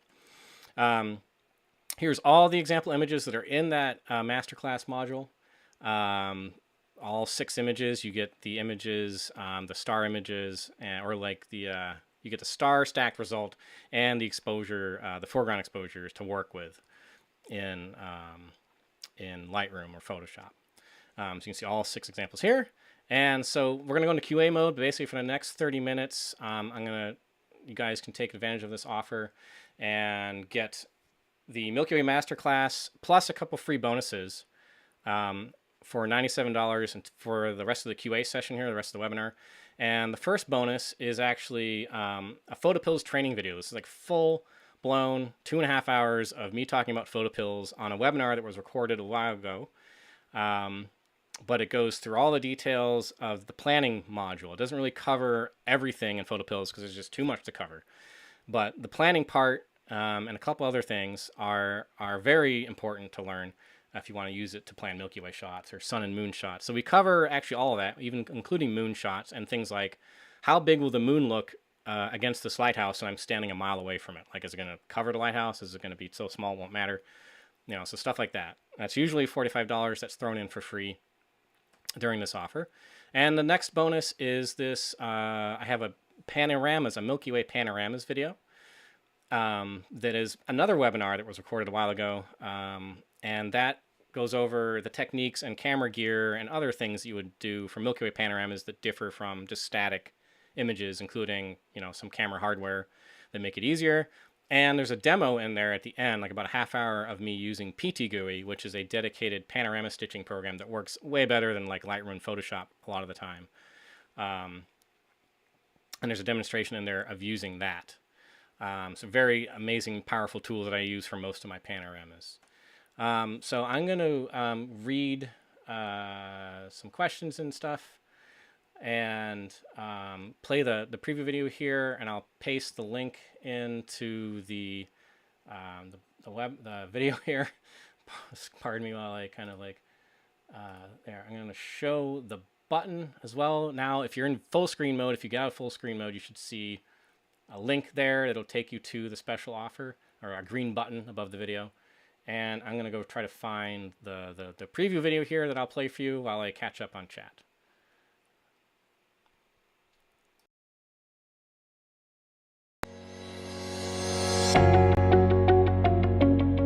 Hello, I'm Adam Woodworth, and I'm excited to announce a major update to my Milky Way Masterclass.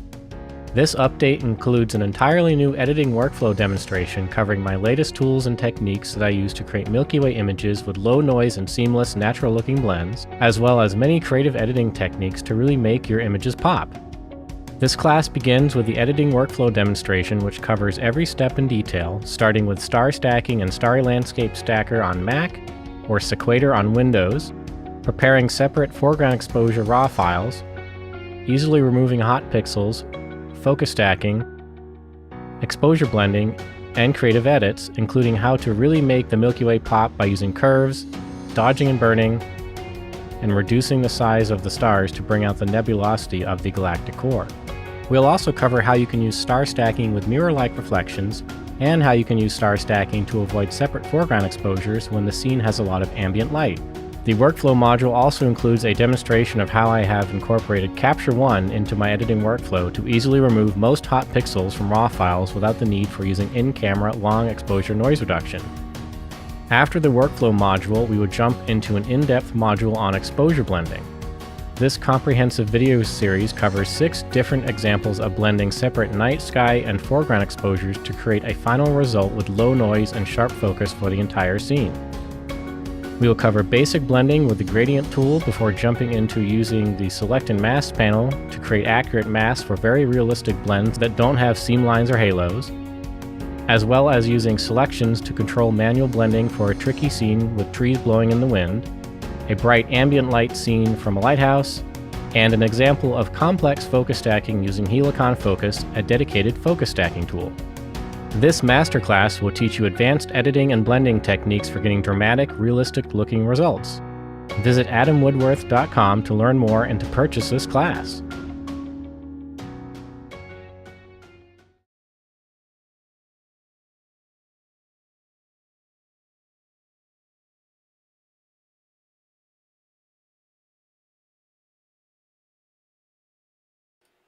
Hey folks, okay, I'm back. Hope I wasn't gone for too long there at the end. Let me bring the slideshow back here. Okay, okay, there we go. All right, so I'm going to jump into QA mode. So the offer is generally good. If you just go to that link, you'll have 30 minutes. Um, so let me just catch up on some questions here. Bill is asking, is there much difference between the Nikon 14 to 24 DSL versus the new Nikon 24 Z lens? Okay, so the old f-mount lens versus the new lens. So um, there is a difference. I use the new one now, but I like it because it's light. I do think that there are some like actual, like it's maybe gone backwards a little bit in terms of the star quality, and I think it's due to the the mirrorless. It's something with that because they're 1.8 like 35 and 50 millimeter lenses I have. I have more chromatic aberration with those lenses too, so I'm not sure what's going on there. I need to test that more, but in general, like I do use the new 14 to 24. I just find it requires a little bit more maybe editing to clean up some of the chromatic aberration sometime. Um, so, you're welcome, Mary. Thanks for joining. Thank you, Don. Roland says he's on one. Let's see. Someone was asking about, I think, Topaz for noise. I've used Topaz, like Topaz Denoise AI, which I think is their standard denoise tool now. I don't like the way it works on skies, but I haven't tried it in about a year. It did not work well for me. Ended up with weird artifacts in the sky. It looked worse than just leaving it kind of having some noise in it. But in general, if you're using the techniques I've shown with star stacking and you do it properly and you use a long exposure foreground, the noise is so low, like you're not going to have to do much else, like these days, almost never have to do any noise reduction by using star stacking and long exposures for the foreground. I may have to do a little bit of extra noise reduction sometimes, but it's absolutely amazing how much you can get away without using it. And don't overdo it. If you do, you have to use noise reduction. Like less is more. If you use too much, it's going to look terrible. It's going to look very plasticky. So a note about the special offer here. If you have the videos that you purchased maybe since, if you purchased it before December of 2020, then you have the old videos. This is completely new videos, except for the exposure blending module. But everything else is new. If you purchased it after December 2020 or later, and you got just the master class that has the editing class, and the exposure blending class, but you don't have the photopills class or the Milky Way class, send me an email and I'll get you a discount code just to get those guys. You can mail adam@adamwoodworth.com. And if you're not sure if you have it, or you're not sure which version you have, you're like, well, I have a version, I don't know which one it is, send me an email too. And I can help you out there. Just make sure you tell me the email address that you used maybe to make the order if it's not the one you're mailing me from. Rochelle's saying, I miss about the image slide. I'm not sure what you mean, Rochelle. Is there a typo there maybe? Johnny is saying, I'm seeing a huge difference between my long exposure foreground shots taken at daylight white balance than the examples in your masterclass. I assume you were doing white balance adjustment in LR or PS for this. Do you set the white balance in the 3800 or so Kelvin? I'm not sure what you mean by a big difference, like difference in image quality. The white balance in raw file doesn't have anything to do with the image quality, it just is the color. But it may affect, when you change the white balance, it can affect the brightness of certain of the image and stuff like that, because of the way the colors get mapped. But it shouldn't affect the noise quality or anything like that. So I'm not sure what you mean, Johnny. But I just keep it at daylight for all my exposures at night, and do all the color balance and stuff later. You don't leave it at daylight. When you're in editing, you end up doing techniques to actually neutralize the sky and get it to a point where you have hopefully a true color sky, or as close as you can. And that's all shown in the masterclasses I think you might have. Yeah, there's definitely going to be a difference in color if you don't adjust the color. So yeah, you need to do the color balancing techniques that are in the masterclass there, if you haven't already. I hope I'm understanding you there. Roland's saying, oh, thanks, Roland. I think, did you get it through Amazon Canada? I don't know if they have it in stock yet. I know people in Canada who had to order it from Amazon US, but that was like a year ago. So hopefully Amazon Canada has it now. Michael, I don't use light pollution filters. I've tested them a couple times and haven't had any good results of them, but I haven't done enough with them to really say for sure. I know people who use deep space, telescopes use them all the time. So they must be doing something, or it must work differently with that or something. But, you know, I I still don't know what you mean, Rochelle. 3 slides. Which 3 slides? Um, let's see. So, how Henry's asking, with star stacking, don't you need a star tracker so the Milky Way does not move? No, that's the whole point of star stacking. You're taking shutter exposures that are short enough that the stars don't appear to move. If you take a short enough exposure for the focal length that you're using, then the stars really won't look like they're moving very much, or if at all, they'll look like they're staying still. So that you do that, and then you take a whole bunch of those exposures and stack that, and that's star stacking, and you get pinpoint stars and low noise. So you don't need to use a star tracker for star stacking. But if you are using a tracker, you do want to use star stacking with it to get the best results with those. Let's see. I'm sorry, by the way. The looks like I don't know. The chat sometimes has people sending like empty messages a bunch in a row. That's probably a bug in my software where it's like, I don't check that the message is empty, and I shouldn't print it if it's empty. So it's probably like you hit the button to send a few times or something or other. So if you're seeing that in your end, sorry about that. I'll fix it for next time. Henry, so 10 seconds, it depends on your focal length. If you're using 14 millimeters in full frame, 10 seconds would be pretty good. That's what I use. But go back, after the webinar, this webinar is recorded, and you'll be able to go back and watch that part of the webinar again where I talk about shutter speed and stuff. But you can use a tool to find out the ideal shutter speed for your focal length. But generally, 10 seconds is probably going to be fine. 1 second while I move some windows around so I'm not bending my head too much. Okay, that's a little better. And let me go over here. So yeah, thanks everyone for coming and joining. We had a whole lot of people sign up, and I never know who's going to show up. We had, I think, maybe a peaked around 80 people or something like that. Sometimes there's 300 people, sometimes there's 200, and sometimes you never know. So Johnny's asking, do you have a delay between your sky star stacking shots to mimic dithering and astrophotography? Oh, I know what you're talking about, Johnny. So I think there's enough of a delay. Well, the thing about dithering and astrophotography is that's required because you're tracking the stars. And so the camera is getting basically the same region of the sky is going to be on the same part of the camera every single shot if you're using a star tracker, and it doesn't have much drift with it, right? But with star stacking without a tracker, you just static tripod, no tracker, and you're taking a bunch of images and star stacking them. The stars are moving. The sky is changing, and it's being recorded on different parts of the sensor for each image.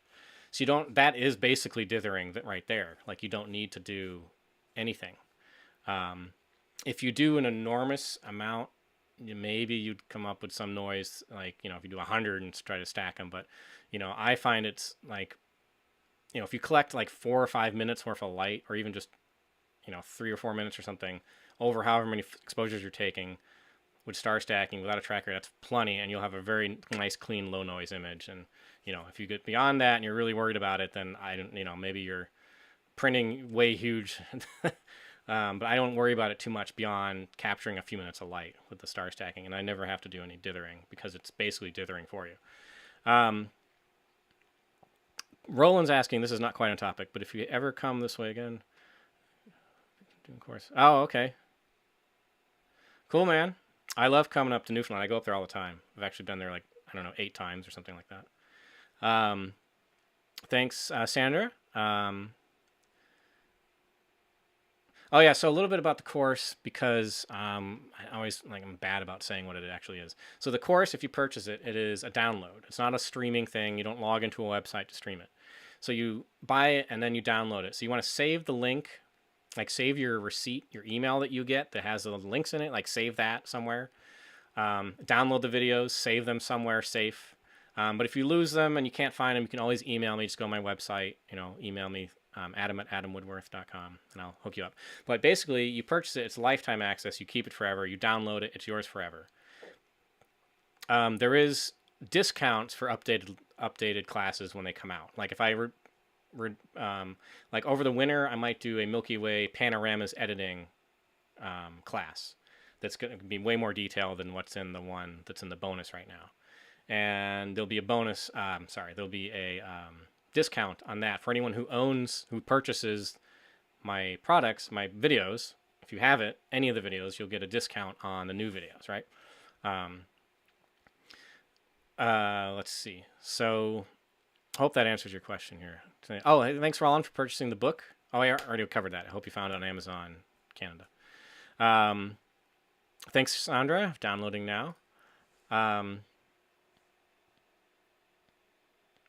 So the downloads are, Henry's asking if the downloads are separate lessons. They are basically a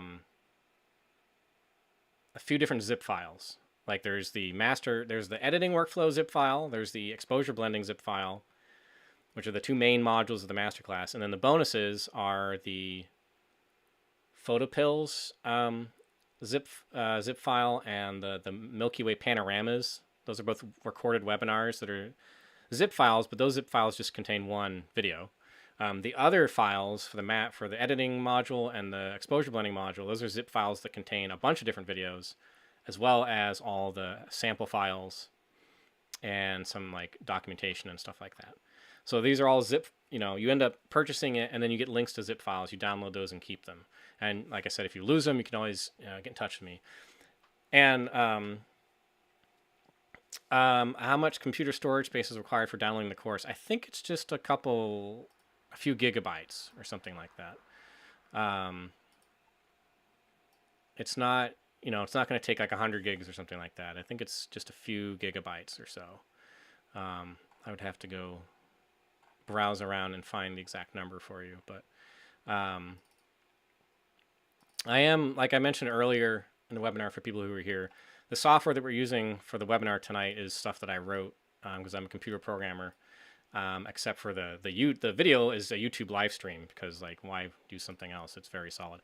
But the chat and the registration process and all that stuff and my ability to like start the webinar here and show the special offer button and hide it and all that kind of thing is stuff I wrote. So I'm thinking about planning to rewrite my website too and have a store there where you would, if you purchase the videos, you'll be able to download them, but also log in. And because a lot of people email me, they're like, well, I lost my download link or I can't find it. I can't log into your website. And I'm like, well, I'm sorry, there's no login right now. But you'd be able to log in and maybe watch the video streaming on the website so you don't have to download it, or you could download it and then keep it too. So you can do either. But that's something in the future that I might do. And anyone who downloads this or anyone who purchases the videos, whenever I do go live with that, login part of my website, you'll get an email about that and with an account and all that. Cats are gone, running around the house somewhere else, I'm sure. Thanks, Johnny. Thanks, Wally. Thanks for coming. Yeah, so we've got like 15 minutes or so left if anyone has any questions. Rochelle, so I do free webinars semi-frequently. I did a bunch earlier this year. And then I took a break for a while as I kind of like regrouped. But I am planning to do another one soon because there's a lot of people who sign up who are in Europe, and it's like in the middle of the night over there. So I want to do one that'll be like in the middle of the day, Eastern U.S. time that's in the afternoon or evening for the people in Europe. And we also had, a lot of people signed up, but only like 80 people showed up. So we've had over 700 signups, but, so I keep doing them because I know people like they sign up, they want to watch it and they don't make it. Right. So I'll do another one. And, I do have a Milky Way Panoramas webinar that I do, um, that is just about kind of the camera gear and examples of panoramas. I sometimes do that one too. But the bonus that you get as part of the masterclass special today is has a deeper panorama webinar there. Yeah, so if you're on this webinar, chances are you're here because you registered for the webinar, and that automatically puts you on the mailing list. So you should periodically get emails from me about, the story behind a photo or new tutorials I have or new webinars or whatever, unless you unsubscribed from the mailing list. So then you'll never hear from me again, right? Unless it's like you purchase something and I have to contact you or something like that about your download. So if you want to keep updated on when new things happen, you have to stay on the mailing list, or visit my website once in a while. But that's probably hit or miss. I do occasionally do webinars for photo clubs, but honestly, it gets tricky because I make a part of my living doing, these kinds of things and training, and it's. But anyway, sometimes I do photo clubs, but not too often for webinars. I am speaking in person for anyone in Maine or the southern Maine area. I'm speaking in person at the First Light Camera Club in Brunswick, Maine, next Thursday, the 22nd of September at, I think it starts at 6:30 or 7:30 p.m., something like that. If you go to my website and my blog, you'll see the details there. So for anyone in southern Maine, there's that next Thursday night. It's at the Brunswick Naval Aviation Museum. And it is $10 for non-members, or you can join the club for a year for $40. I think that's the details there. So I'll be there. I live in Lubec, about 3 or 4 hours from there, but I'll be there next Thursday. And the reason I'm able to do that one is because I have to go down for service for my RV down in Scarborough, Maine, and that's pretty close to Brunswick at the same time. If I wasn't going down there, I don't know if I would be able to make it in person, but.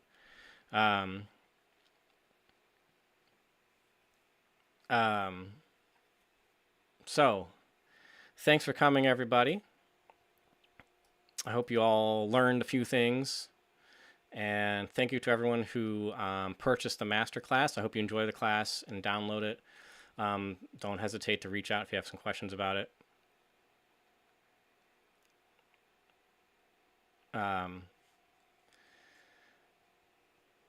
There we go. Sandra downloaded it and found it. So I guess, is that the whole thing after you unzip it? Thanks, Donna. Really appreciate it. Yeah, thank you to a whole bunch of people who have joined the masterclass. Thank you to, see if I can, we got Francis and Wayne and Ken, Tom, Lisa, some other people who I'm not seeing the names of right now. But thank you, everyone. Donna, Lisa, Sandra, thank you guys. Tom, Ken, Wayne, a few other people. Hugo, thank you guys. Welly. Thank you to everyone. Keep your eye on,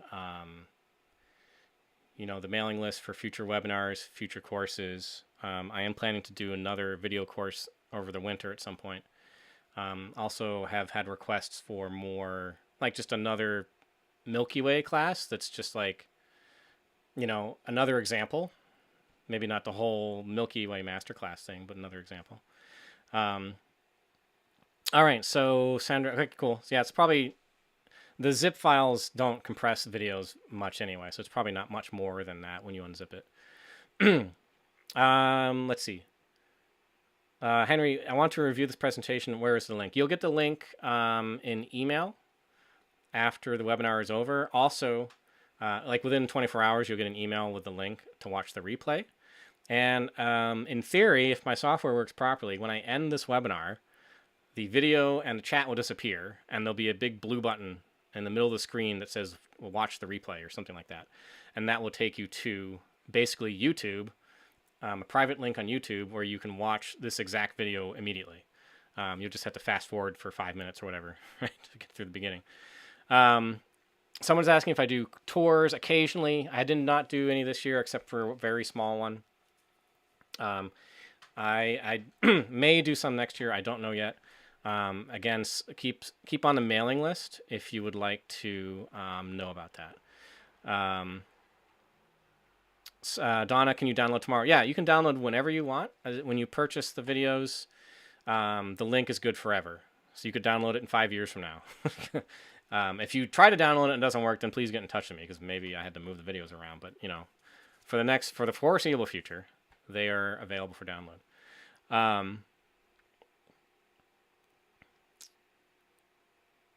Manuel, thanks, man. You've seen most of my webinars. Thank you. I really appreciate that. And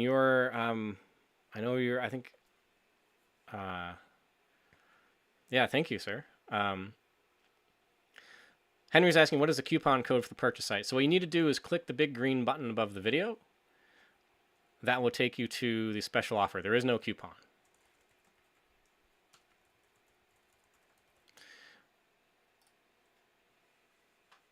No, there is no coupon that you can apply. If you have the $97 class in your shopping cart at the checkout, there is no extra coupon. It is the $97 is the special offer. The classes, all that training is normally $287 for everything. So this is just a special offer, and that there is no coupon needed to get it. Yeah, hopefully that makes sense. Like I said, website hopefully will be streamlined later. Thanks for joining me, everyone. Let me know if you had any weird experiences with the webinar or the video or anything like that. Because like I said, it's my software as far as the chat and getting the video embedded here and everything. Yeah, there goes the sending a bunch of empty messages thing that I got to fix. So... Okay, get rid of that. Still a few minutes left, folks. I don't know, a whole bunch of empty messages coming in. Oh, thanks, Fran, for letting me know the video and chat were great. Other than the blank messages. I don't know if you guys are seeing it, but Henry just sent a whole bunch of blank messages for some reason. I don't know if it was his fault or some weird quirk of the application.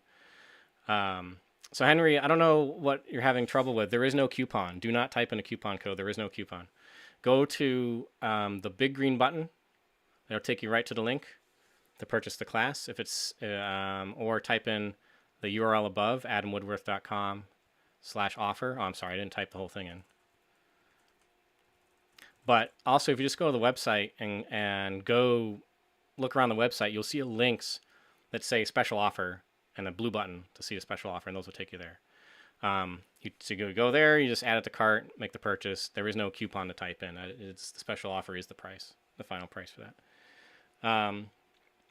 Any other night photography questions here? And feel free to ask away. We've got a few more minutes. Oh, Henry, ordering on your phone. Yeah, it should work. In theory, it works. If not, when you're at your computer, go to that link, even if it's tomorrow, go to that link, or you email me if you don't have the link, and I'll send it to you, and you can go to that, or just take that link and copy and paste it to an email to yourself or something like that. And when you're at your computer, try it there. Okay. Are other people seeing all the blank images coming, blank text messages coming through? That it can't just be me, so I don't know why that's happening. I'll have to fix that bug. But it's the first time using this software live, so I'm glad it worked as well as it did. Oh, Henry said it's working. Oh, awesome. Yeah, fingers crossed. Okay, Bill says yes. Yeah, cool. I'll fix that. Didn't test that. Sending a blank message, never thought to test that. Obvious problem.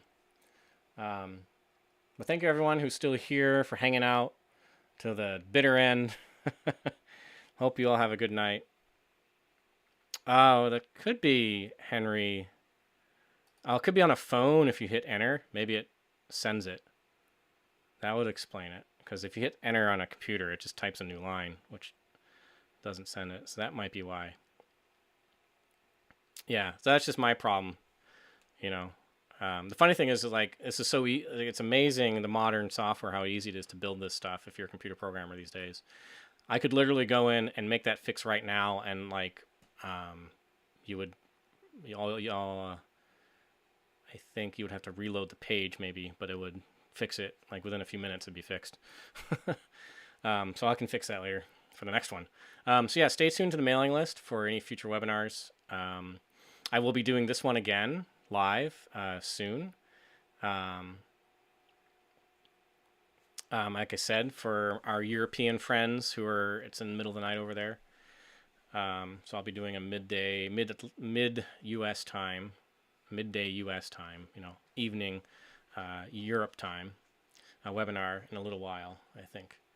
Maybe next week or the following week. I'm not sure on that. But also stay tuned to your email pretty soon.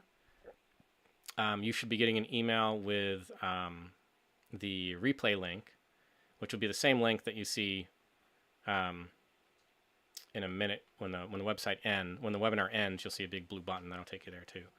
And honestly, the link that you use to get here, if you use that link, it should take you to a screen that just has a link with the blue button to take you to the replay. So even if all else fails, come back to the link you used to get here.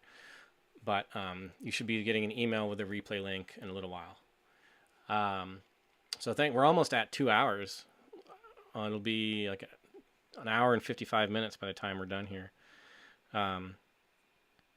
So thanks, Henry, for getting through the order. I hope you enjoy the class. And I hope you find it was worth the hassle of making the purchase. And for everyone who said they purchased the book, thank you. I hope that comes out well for you, and I hope they don't screw up the book in the mail or whatever. If anyone has any trouble downloading the videos, or you're not sure if you have the same videos already, please don't hesitate to email me, and I will get back to you. My email is adam@adamwoodworth.com. So, thank you, everyone. Got just a couple more minutes, and then we'll sign off here. So if anyone's got any more questions, I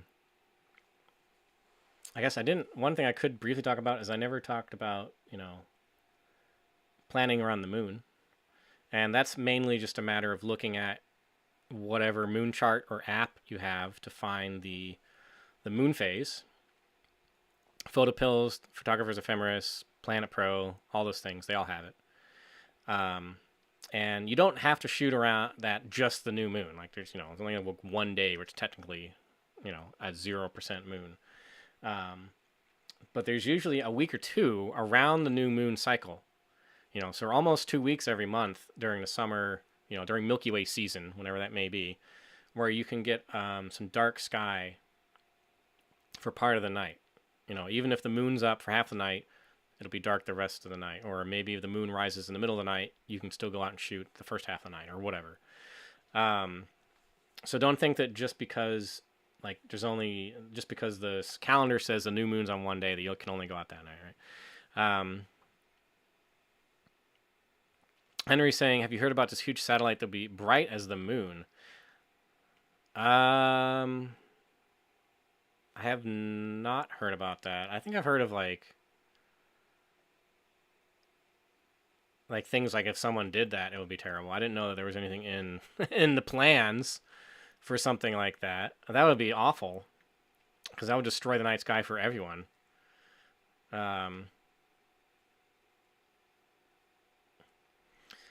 Bill's asking, he's using multiple monitors. Is there a way, which I do too, awesome. Is there a way that you can use multiple, move the chat to another monitor and view the presentation in full screen mode? Not within the same window. Like you can't just break the chat out to a separate window, but you could just open this link in another window. But you'd have to mute one video. And you're saying it was just launched by SpaceX. I don't know what that's about. I know SpaceX is launching all kinds of their little satellites. They're for their Starlink network. And those are little satellites that they were very bright when they first launched, but they go away and then they're not bright anymore. I don't know anything about a giant satellite that's as bright as the moon. Does that mean it's as big as the moon? Or is it just like a tiny satellite that's as bright as the moon? I'll have to look into that one. But thanks for coming, everyone. We've reached the end of the session. It's about time to go. It's almost 9 o'clock here in the U.S. I'm sure anyone in Europe has probably signed off long ago. So thank you to everyone for sticking around till the end. Bill, I'll take that idea into consideration for maybe being able to pop the chat out into a separate window. I think you're one of the advanced users of this. I think I like that idea. And Don is asking, great webinar. Got the emails. We'll look at everything tomorrow. Good. Awesome. Thanks, guys. Thank you for joining. I hope you all had a good time. Good luck out there under the stars. And don't hesitate to email me. And if you purchased the masterclass, thank you so much. I hope you enjoy it and get some great photos. And, get the book, get the masterclass. You'll have everything you need to figure everything out under the stars. So thanks, guys. I will see you later.